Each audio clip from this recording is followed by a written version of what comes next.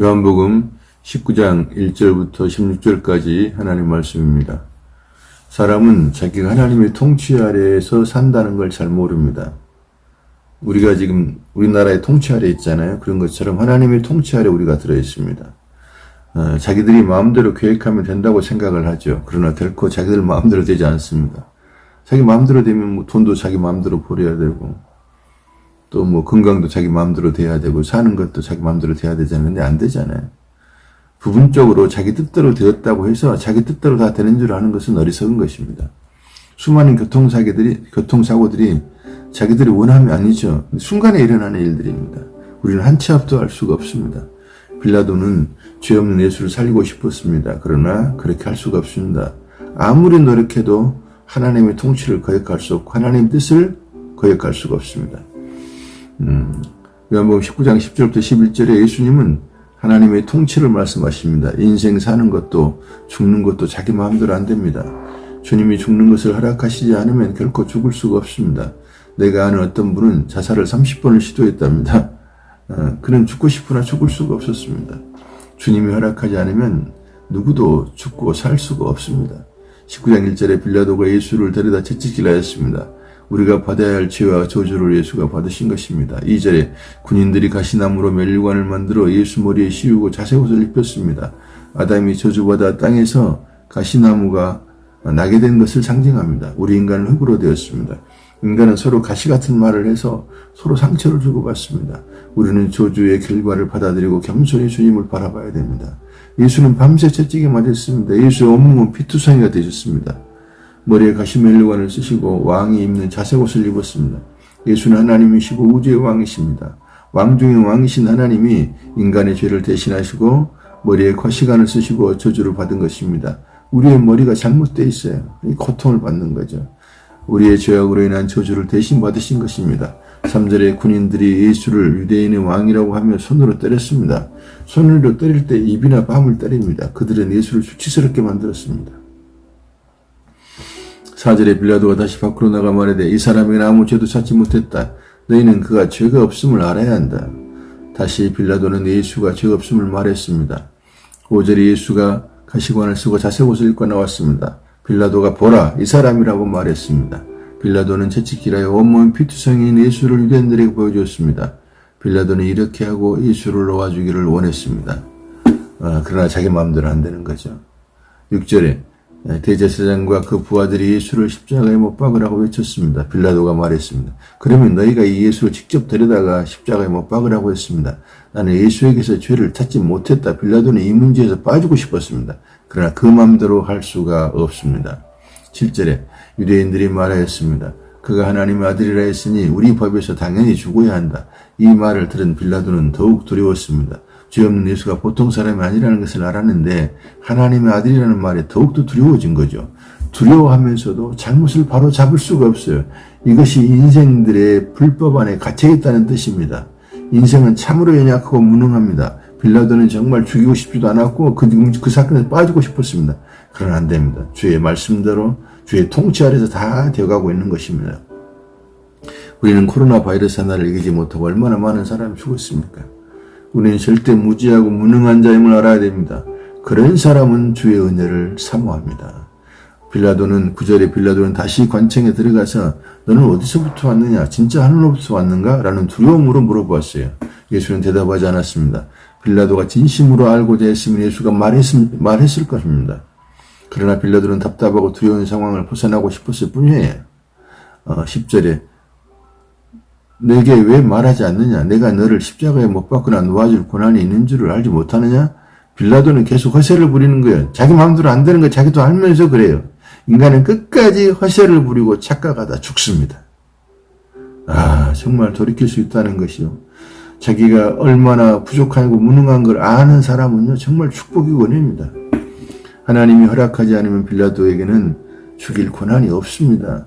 그가 다른 사람을 많이 죽였다고 해서 예수도 죽일 수 있다고 생각을 합니다. 주님이 허락하지 않으면 결단코 죽일 수도 살릴 수도 없습니다. 11절에 예수께 대답하였습니다. 위에서 주지 않으면 통치를 말합니다. 위에서 주지 않으면 결코 나를 죽일 권한이 너에게 없다. 그러나 나를 넘겨준 자의 죄는 더 크다고 말합니다. 모든 것은 주의 권한에 달려있으니 죄가 있고 더 큰 죄가 있는 것이에요. 주님의 형벌이 무서운 줄을 모릅니다. 로마가 당한 심판보다 유대인들이 당할 저주가 얼마나 큰가를 역사를 통해서 알고 있습니다. 12절에 빌라도가 예수를 놓아주려고 힘썼습니다. 빌라도는 예수가 죄가 없다고 여러 번 말했습니다. 그러나 유대인들이 소리질러서 이 사람을 놓으면 가이사의 충신이 아니라고 그랬습니다. 스스로 왕이라고 하는 자는 가이사에게 반역하는 것이다. 유대인들은 빌라도를 협박합니다. 유대인들은 로마를 미워합니다. 그러나 예수를 죽이려고 할 때는 로마 편에서 가이사의 충신처럼 말을 합니다. 얼마나 가증스러운 거예요. 그들은 사단의 자식들입니다. 우리도 사단의 종들이 우리의 이익을 위해서는 상대방을 사정없이 죽여버립니다. 잘못을 해도 죽이고 잘못을 안 해도 죽여요. 왜냐하면 내가 네보다 낫다는 것을 증명해야 되거든요. 사단입니다. 똑같습니다. 가늠한 여자도 가늠하지 않았던 돌로 가늠한 여자를 쳐 죽이려고 했던 유대인들도 똑같은 죄인들입니다. 그걸 모릅니다. 그것을 아는 게 은혜입니다. 참 우리가 이런 사단의 종이고 마귀 같은 우리를 예수께서 구원해 주셔서 얼마나 큰 축복인가요? 그거 하나만으로도 교회는요 즐거워하고 감사하고 기뻐할 수 있어요. 근데 그걸 몰라요. 목사들이 그런 복음을 정확하게 가르쳐주면 성도들이 예수 때문에 즐거워하고 서로 위로하고 서로 용납하고 서로 용서하고 아름다운 교회 생활이 될 수가 있습니다. 사실은 용서라는 말도 우리에게는 용서의 권한이 없죠. 근데 예수가 넘쳐나니까 용서를 느끼는 거죠. 용서할 수 있는 분은 예수밖에 없습니다. 억울한 분도 예수밖에 없습니다. 13절에 빌라도가 이 말을 듣고 예수를 끌고 와서 돌을 깐 뜰에 있는 재판석에 앉았습니다. 빌라도는 더 이상 민중의 소리를 거절하지 못합니다. 사람의 소리를 거절을 못해요. 민중이 틀렸음을 알아요. 그러나 다수의 말을 따를 수밖에 없습니다. 옳음을 따르면 자기 생명과 자기 위치가 위험합니다. 자기가 살기 위해서는 죄 없는 자를 죽입니다. 자기의 탐욕을 채우기 위해 남을 희생시킵니다. 이 세상은 짐승의 세상입니다. 자기 살기 위해서 다른 사람을 죽이는 게 짐승과 다른 게 없죠. 그런 짐승의 세상에서 하나님의 사람 되는 길은 구유에 와서 예수를 먹어야 합니다. 자기가 짐승이라는 것을 인정하는 사람만이 예수를 먹을 수 있습니다. 어떻게 자기가 짐승이라는 것을 알 수 있을까요? 어떻게 예수를 먹어야 산다는 걸 알 수 있을까요? 성령이 깨우쳐 주셔야만 알 수 있습니다. 성령 받아 예수를 믿고 사람들을 섬기며 천국 백성을 인도할 수 있습니다. 성령 받아야 내가 다른 사람을 살리기 위해 죽을 수 있습니다. 14절에 이날은 유월절 준비일입니다. 빌라도는 보라 너의 왕이라고 했습니다. 15절에 그들이 소리지며 예수를 없애라 십자가에 못 박으라고 했습니다. 빌라도가 말했습니다. 너희 왕을 십자가에 못 박으랴? 대제사장들이 가이사 외에는 우리에게 왕이 없다고 했습니다. 영적 지도자들의 유치함이 보이는 겁니다. 거짓말이죠. 예수를 죽이기 위해 자신들을 속이며 말합니다. 그들은 기회주의자입니다. 그들은 이방인들을 개처럼 취급했습니다. 제사장들은 걔들의 왕을 자기들의 왕이라고 그래요. 얼마나 위선입니까? 얼마나 기회주의, 얼마나 이기적입니까? 자기 살기 위해서는요. 자기들이 평소에 개같이 취급했던 그 사람을 왕으로 모셔버려요. 예수 죽이기 위해서 그들이 혐오했던 걔들의 왕을 자기들의 왕이라고 합니다. 즉 그들에게 세상 왕이 자기들의 왕이라고 고백하는 것이요. 그들은 개새끼들인 것입니다. 결국은 유대인들은 독사의 새끼들입니다. 그들은 외칠한 무덤입니다. 속에는 썩은 시체인데 겉으로 포장한 것입니다. 마귀가 그들의 왕인 것입니다. 얼마나 두려운 일인가요? 우리도 이전에 마귀의 새끼들이었습니다. 개새끼들이었죠. 그런데 이제 주님의 은혜로 하나님의 자녀가 된 것은 놀라운 일입니다. 도저히 구원이 불가능한 자들을 위해 예수가 찢겨 죽으시고 우리의 영생이 되셨습니다. 군중 속에 예수의 기적을 보고 체험한 사람들이 많았으나 아무도 반대를 못합니다. 채찍에 맞아 피 흘리신 연약한 예수를 그들은 더 이상 따르지 않습니다. 기적이 일어날 때만 따르는 신앙이 폭로되는 시간입니다. 자기의 이익이 될 때는 예수를 따르지만 이익이 안 될 때는 배신해버립니다. 자기가 살기 위해 남을 죽이는 인간들의 짐승 같은 모습이 드러납니다. 빌라도도 유대인도 다 똑같습니다. 예수는 이러한 인간들을 대신해서 죽으신 것입니다. 우리가 다 예수 죽인 자들이고 용서받을 수 없는 사람들입니다. 그러한 우리를 사랑하시는 주님이 얼마나 위대하십니까? 어찌 우리가 주를 찬양하지 않겠습니까? 이 은혜를 진짜 아는 사람이라면 감사할 것밖에 없습니다. 16절에 빌라도는 예수를 십자가에 못 박도록 넘겨주었습니다. 옳음을 지킬 수 없는 인간의 무능함을 보여주는 것입니다. 주님의 은혜가 아니면 나도 빌라도 제사장 유대인의 자리에 있을 수밖에 없습니다. 우리는 날마다 자기를 부인하고 십자가를 보아야 합니다. 오직 주의 은혜로 구원받았음을 찬양하는 우리가 되어야 되겠습니다. 아멘. 감사합니다.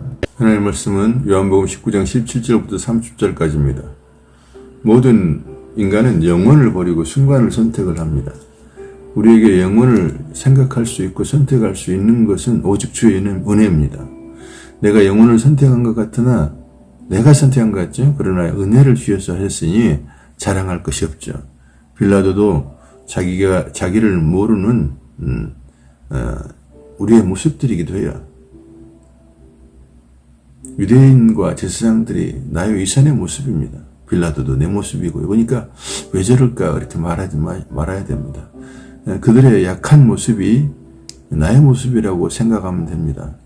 결국은 내가 예수 죽인 자임을 생각하고 주님 앞에서 감사하며 살아야 합니다. 17절 18절은 예수는 자기 십자가를 지시고 골고다로 가십니다.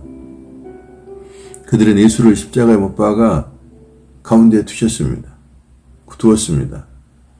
예수님 좌우에 죄인들 십자가가 있습니다. 모든 인류는 죄인으로 그렇게 십자가에 못 박혀 죽어야 합니다. 오직 예수만 죄 없이 죄인들과 같이 죄인처럼 죽으신 것이에요. 그의 택한 백성의 죄를 대신해서 죽은 것입니다. 19절 23절에 빌라도가 나사렛 예수 유대인의 왕이라고 앞에 써서 십자가 위에 붙였습니다. 모든 사람이 읽도록 히브리어, 로마어, 헬라어로 기록을 했습니다. 예수는 유대인의 왕이라는 말은 택한 백성의 왕이라는 뜻입니다. 택한 백성은 이스라엘과 로마와 세상 가운데 있습니다. 예수는 우주의 왕이시지만 택한 백성의 왕이십니다. 21절과 22절에 대제사장들은 빌라도에게 예수를 유대인의 왕이라고 쓴 패를 바꾸라고 했습니다. 자칭 유대인의 왕이라고 바꾸라고 했습니다. 그러나 빌라도는 내가 쓸 것을 다 썼다고 끝내버립니다. 인간들이 아무리 자기 뜻을 이루고 싶어도 자기 뜻대로 안 됩니다. 모든 것이 주의 통치 아래 되어진다는 것을 인간은 모릅니다. 영적인 세상은 성령께서 알려주셔야 합니다. 주의 계시의 은혜가 아니면 절대로 모릅니다. 이론적으로 배워서 아는 것으로 충분치 않습니다. 그래서 늘 성령 충만을 보여야 됩니다. 23절에 군인들이 예수를 십자가에 못 박았습니다. 그들은 예수의 옷을 4깃으로 이렇게 나눴습니다. 그들은 한 깃씩 가져가고 속옷도 가져갔습니다.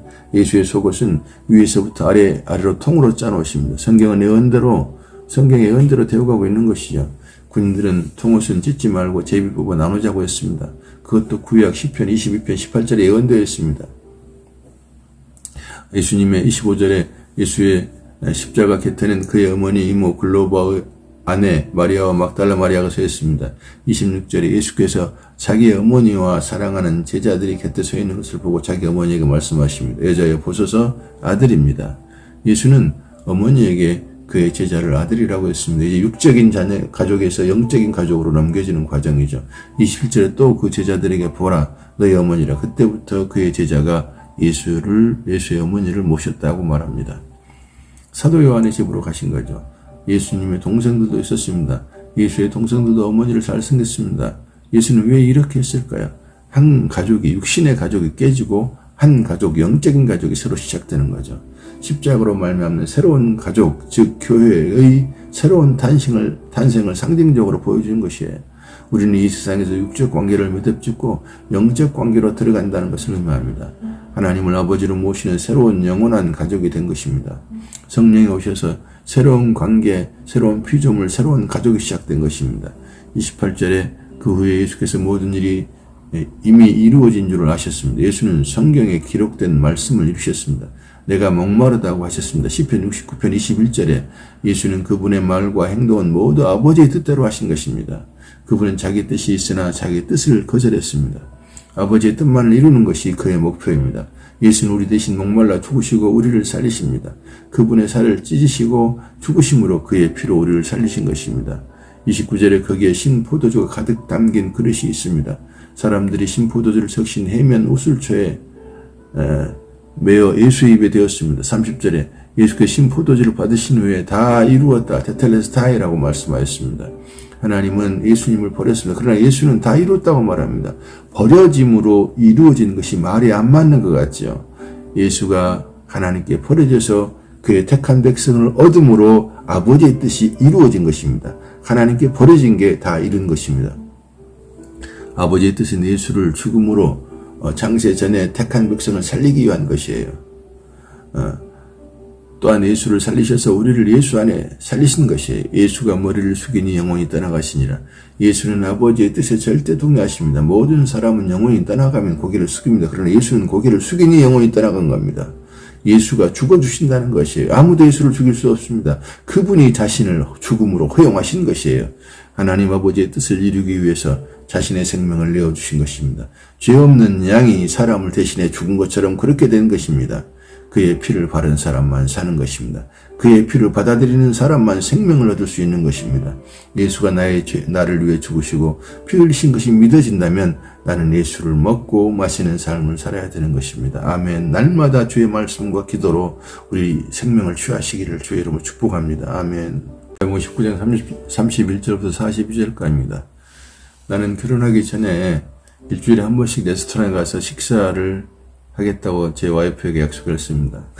그런데 어떻게 됐냐면 그 1년 이상을 지키지를 못했습니다. 또 많은 남편과 아내들이 서로 나만을 사랑하겠다고 약속을 합니다. 겉으로는 지키는 하나 마음으로는 지키지 못한 경우를 경험할 것입니다. 부모와 자식과도 많은 약속들이 있습니다. 그러나 대부분 그 약속들을 지키지 못합니다. 정치인들도 국민들과 많은 약속을 합니다. 그러나 대부분 지키지 못합니다. 이 세상에 약속을 완벽하게 지키는 사람은 없습니다. 약속을 완벽하게 지키는 분은 예수밖에 없습니다. 성경을 구약 신약으로 이렇게 만들어 놨잖아요. 옛날 약속, 새로운 약속인데 공통적인 건 뭐예요? 약속의 책이라는 뜻이 약속이에요. 성경은 약속의 책이고 말씀 안에 약속한 것은 반드시 이루십니다. 하나님이 약속하신 것은 반드시 이루시고요. 우리는 이 약속의 말씀을 믿기에 우리는 구원을 확신할 수 있는 것입니다. 이 세상에 우리가 확신할 말씀은 하나님 말씀밖에 없습니다. 31절에 유대인들은 안식일을 지키려고 십자가의 시체를 치우기를 원했습니다. 그들은 빌라도에게 시체의 다리를 꺾어 치워달라고 했습니다. 완전히 죽었는지를 확인하기 위해 다리를 꺾는 것이죠. 32절에 군인들이 가서 십자가의 두 강도의 다리를 꺾었습니다. 모든 죄인들은 다리를 꺾어야 합니다. 그러나 어린 양이신 예수는 다리가 꺾이지 않습니다. 그는 거룩하고 의로우시고 유일하신 사람입니다. 33절에 예수는 이미 죽는 줄 알고 다리를 꺾지 않았습니다. 그러나 구약성경 하나님 말씀대로 되어진 것입니다. 하나님 말씀이 어떤 것도 거역할 수가 없습니다. 모든 것은 하나님 말씀대로 되어지는 것입니다. 34절에 그들 중 한 군인이 예수의 옆구리를 찌르니 피와 물이 나왔습니다. 예수를 찌른 자가 내 자신이라는 것을 보는 사람은 성령의 은혜가 있는 사람입니다. 날마다 나는 예수를 찌르는 추악한 죄인이라고 폭로되어야 됩니다. 그러나 성령의 계시가 아니면 결코 알 수가 없죠.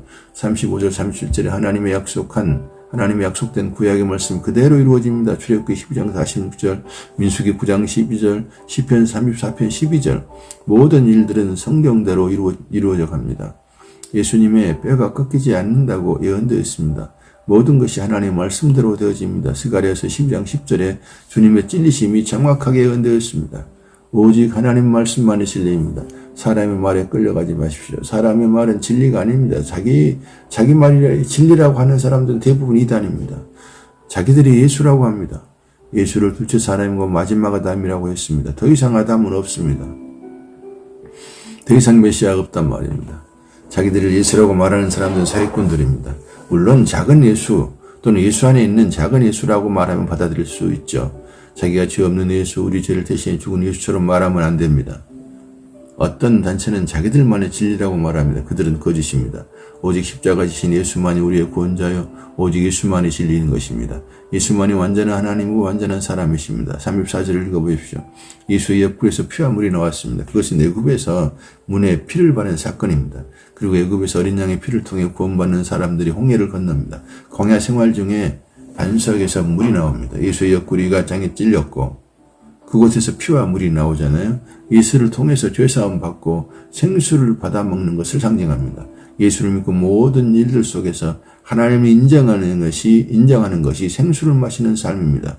잠언 3장 6절에 너희가 여호와를 인정하라 그래야만 그가 너희를 인도해 주시라고 말씀하십니다. 우리에게 예수의 믿음을 주셔서 예수 믿게 하신 거죠.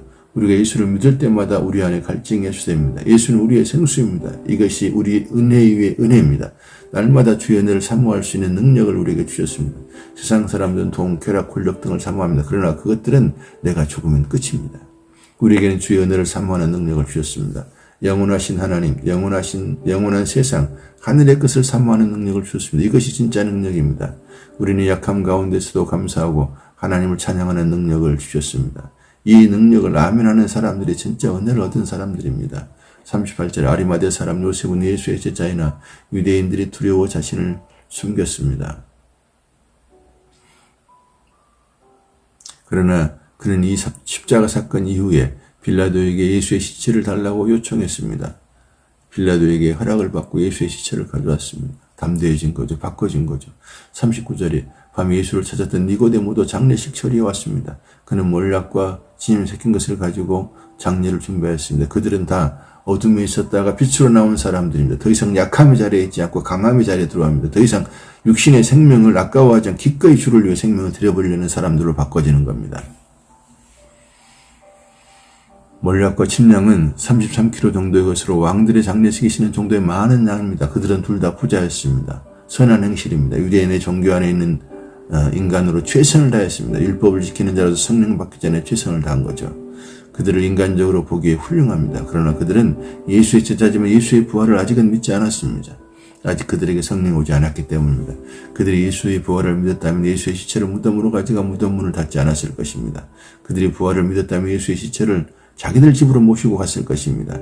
유대 종교 안에서 주의 제자들이 성령 받지 못하면 이런 선한 행위가 나옵니다. 그러나 그런 선한 행위는 열매 없이 잎사귀만 있는 것입니다. 그런 건 하나님 인정하시지 않죠. 아담과 하와가 잎사귀로 자신을 가렸습니다. 그러나 태양 앞에 말라서 부서져 버립니다. 그들에게 양의 피 묻은 가죽옷이 필요합니다. 오직 성령으로 할 때만 하나님이 인정합니다. 아리마대 요셉 니고데모가 하는 행동은 생명의 위협을 받으면서 하는 선을 행하는 최선입니다. 바꿔진 건 확실하게 주님 편에 섰지만 아직 성령 받지 못했습니다. 그 성령 받지 못한 그 선한 행위는 종교적 선한 행위고 아직 하나님 온전히 인정할 수 없죠.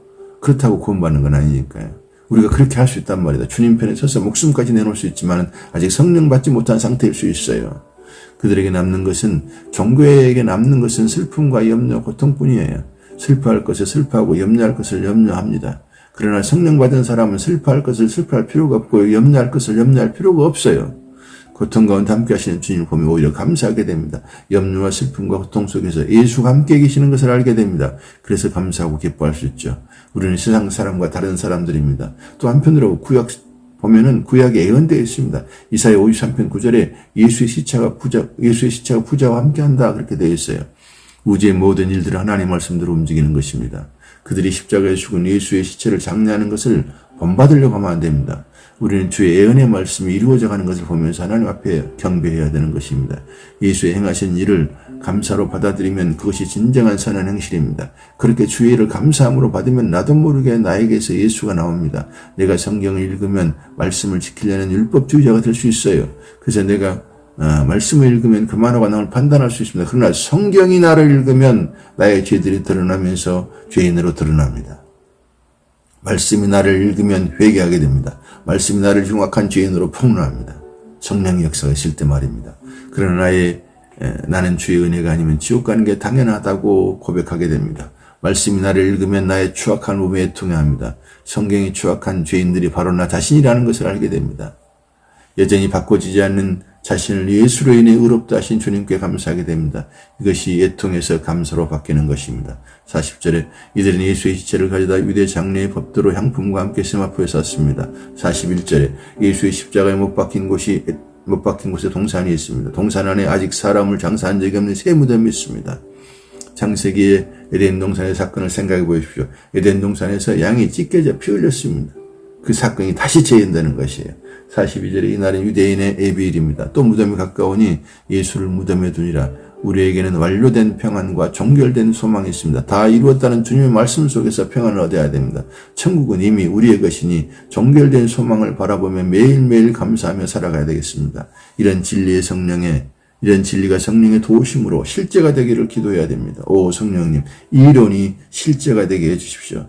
내가 성경을 읽지만은 성령으로 말씀이 나를 읽게 하소서. 나는 은혜가 아니면 살 수 없는 사람인 것을 알게 하소서라는 그런 고백과 그런 기도가 있어지기를 주의 이름으로 축복합니다. 아멘.